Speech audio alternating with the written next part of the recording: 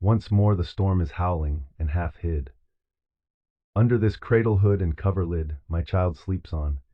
There is no obstacle, but Gregory's wood and one bare hill, whereby the haystack and roof-leveling wind, bred on the Atlantic, can be stayed. And for an hour I have walked and prayed, because of the great gloom that is in my mind.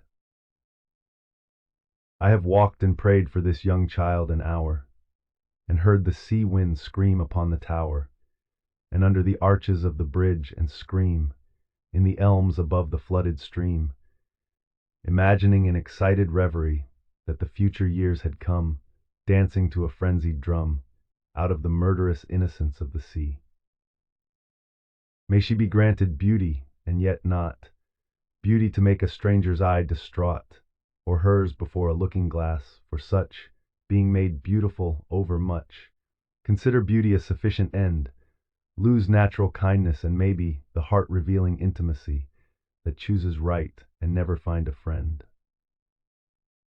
Helen, being chosen, found life flat and dull, and later had much trouble from a fool, while that great queen that rose out of the spray, being fatherless, could have her way, yet chose a bandy-legged smith for man.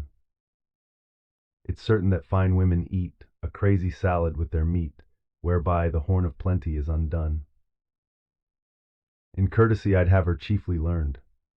Hearts are not had as a gift, but hearts are earned by those that are not entirely beautiful, yet many that have played the fool.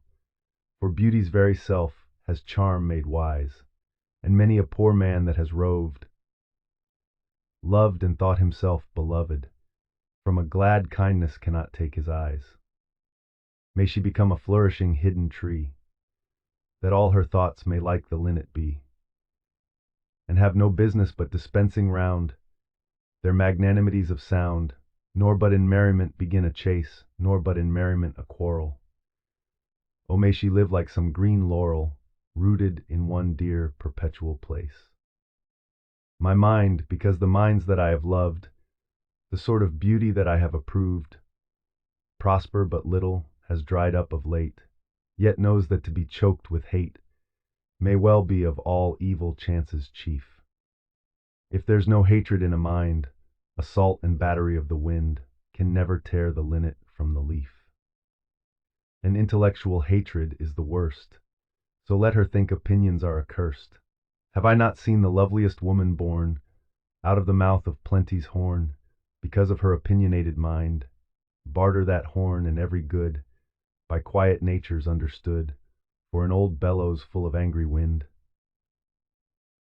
Considering that, all hatred driven hence, the soul recovers radical innocence, and learns at last that it is self-delighting, self-appeasing, self-affrighting, and that its own sweet will is heaven's will.